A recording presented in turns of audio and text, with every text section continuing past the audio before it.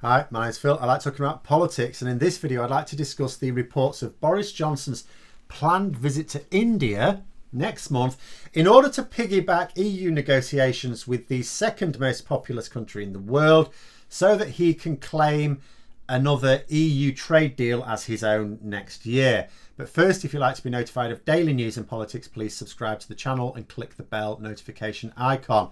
So, ever since the Brexit referendum, the Conservative government have been trying to put a lot into getting a trade agreement with India. Theresa May tried and was rebuffed.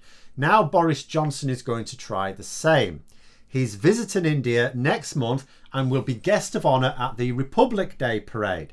Now, an honour to be sure, absolutely, and I fully support the Prime Minister attending. But it seems to me to be a somewhat dubious honour for an imperialist like Johnson, because the event, after all, celebrates India separating itself from the British Empire. In addition, due to post-imperialist hubris on the part of Britons, the British don't really have such a good relationship with former colonies as, say, France do. In India, the event could well be played as the shoe being on the other foot. The British Prime Minister is coming to India to beg for favours. It's just a hunch, but I see that being how it will be viewed in India. Also remember that although Brexiteers keep banging on about the UK having the 5th largest economy in the world, that is no longer true. Used to be. Then we shot ourselves in the face with Brexit. And who overtook us? That's right, India.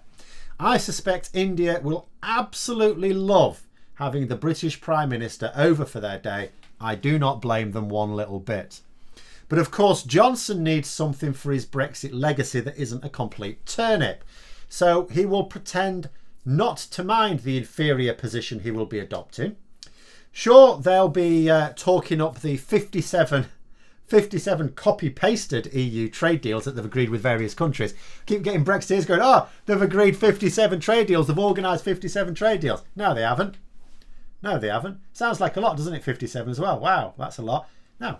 Apart from the fact that they are on all of them, every single one, on equal or worse terms than the ones we had with the very same nations as part of the EU. So all of them are a net reduction. We had, as members of the EU, hundreds of agreements. About 750 all told. So that's small fry compared with what we're losing. They weren't all trade agreements. But it's still a small proportion of our total trade agreements as well. Certainly in value terms. In terms of trade value, it's actually barely into double figures in terms of a percent of the trade it covers. But the Brexiteers would love a trade deal with India. The problem is that the Brexiteers also hate immigration. And what was India's price when they were talking with Theresa May? They want a crap load more visas for Indian citizens. In other words, they want the UK to allow Indian citizens pretty much the same sort of rights to travel, live and work in the UK with a similar level of freedom that was accorded EU citizens until recently. I'm sure the Brexiteers, who are not at all racist, of course not, will be delighted with that prospect. The government's initial plan is to sign an enhanced trade partnership, with further talks to upgrade that into a free trade agreement later on. Now, in terms of value, it would not be worth very much at all on either side, which is why India are certainly not going to be in a rush for this. They're going to want something quite big. It's been said before, there is no way to replace trade with the EU with those of economies further afield. That is not a reason not to try and get free trade agreements with economies further afield. Of course it is, every little helps. But it's not just geography. That is massive, but the wealth of the world is not evenly distributed. The entire Commonwealth doesn't have enough wealth to replace European trade, even if it wanted to. And there's no suggestion that any of these countries, including India, want to significantly enhance their level of trade with us. I mean, they may want to sell us more stuff. They don't necessarily want to buy more stuff from us, because they understand that you trade most with your nearest neighbours for all sorts of reasons. It is not a coincidence that if you look at the names of trading blocks, they're all named after geographical areas. But in terms of cozying up to India, there are a couple of ways of looking at it. The first way, sort of fine. The second way is a bit more worrying. So the first way of looking at it is, look, we've left the EU. We're on our arse due to general Tory mismanagement of our economy over the past decade. In particular over the last few years, because Brexit messed about then. And most especially over the last year, when their failure to deal with COVID properly meant that we dealt with COVID economically far worse than anyone else. We need to forge links with other major economies, and quickly. Of course we do. We have a trade deal with Japan now. It's on worse terms than the one we have literally right now, the one we had as EU members. We aren't getting a US trade deal anytime soon. In terms of other major economies, Germany and France are in the EU, so we're apparently not allowed to go grovelling to them for inferior deals in the same way that we can for anyone else. Brazil's in a right old mess, even by our standards. I'm not going to say it's in a worse mess than us, but it is in a mess. It is in a mess. So it makes sense, if you're going to cozy up to a major economy, to cozy up to India. Absolutely. For the next major trade deal target, because there aren't really any others. You know, other major economies, we sort of have some carryover deals.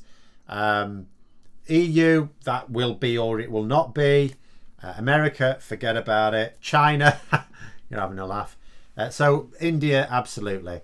And Johnson has invited India, along with South Korea and Australia, to attend the next meeting of the G7, which he'll be hosting. Fair enough. But then the second thing, there's the geopolitical way of looking at it. This is what concerns me. So Boris Johnson will be wanting closer economic ties with India. Now, if he'll need this in order to stop his Brexit looking like a bowl of dog puke. Remember, he needs something new. Although they will talk up these carryover trade deals, they can't last forever on that, because people will be saying, okay, so tell me how that trade deal is better than the one we have with the EU.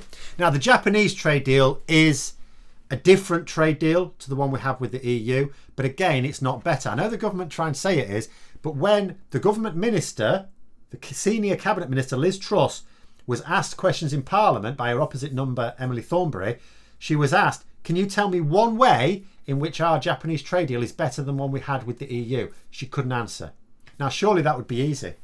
Even if on balance it wasn't better, surely you can come up with one way, just one way in which it was better, just one little clause in there that was better.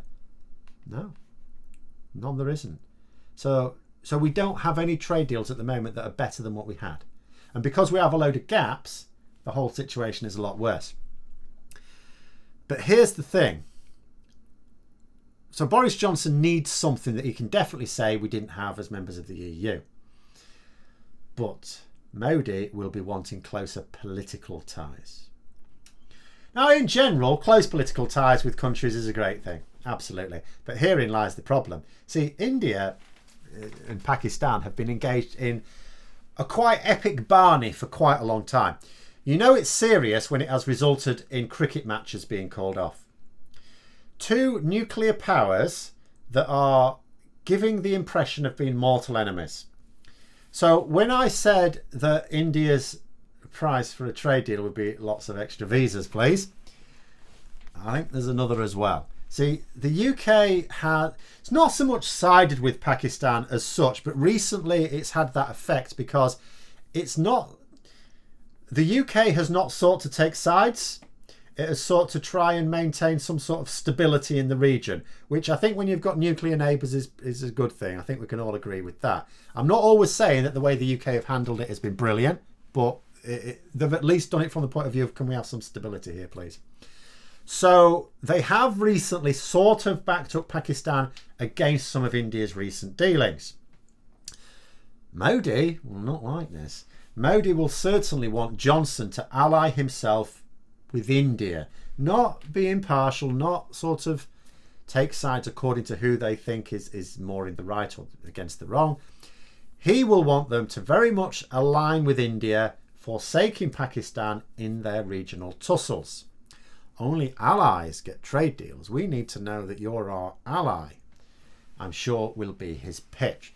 And the worrying thing is that Johnson, who is not a details man, remember, is likely to choose the quick win of closer economic ties with the nation that overtook the UK as the world's 5th largest economy, over attempting to maintain any sort of political stability in the region which he will not fundamentally understand.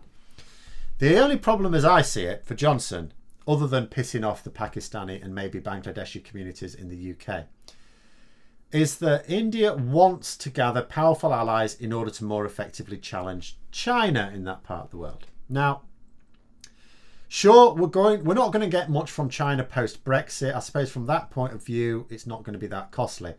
But I'm not sure Johnson wants to align himself against them, which is what allying with India in this way will mean.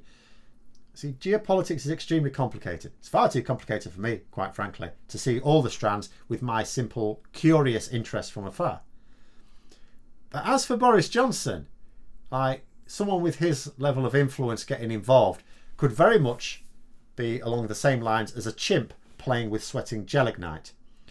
So, yes, in order to basically not boost our trade at all, Boris Johnson may well earn the British people a new generation of cultural enemies by playing with fire.